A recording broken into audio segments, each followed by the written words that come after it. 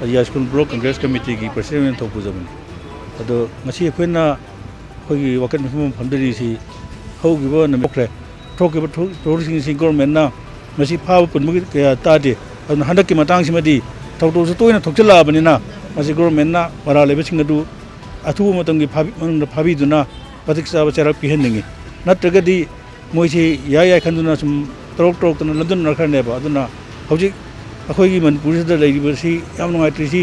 गल कल्चर अम खक लेरे अदुना पॉलिटिक्स की ओइबो करिगिंबा थगो थोक मतमसिदा ममै कप्सल मे थौदोसी मसिंग लांगम थोखरे अदु मसी अइना खंजमा मतमदा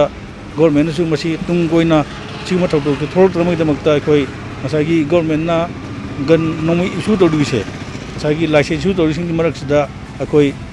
मसागी करम खरदि मसांगा थोनबा सिनबा नतबिदा अखोगी क्रिमिनल रिपिटेशन सिनबा हाबगी अखोई खितंग प्रजा में अखोई थमोइदा पावम लै अदुना गवर्नमेंट मसी कुनो थिगत पिरकांदा मरा लेबो खुदमक्सी अथु मतंगन फार कांदा आइन वेचरा पिरगंदा सुम थदोसी अमुहना थोन बिरकनो मरमदी प्रजा अखोई सिगुंबा मयाम सि ताबदा नुंगाइत्रे ताबदा ओले सिगुंतंग थमजगे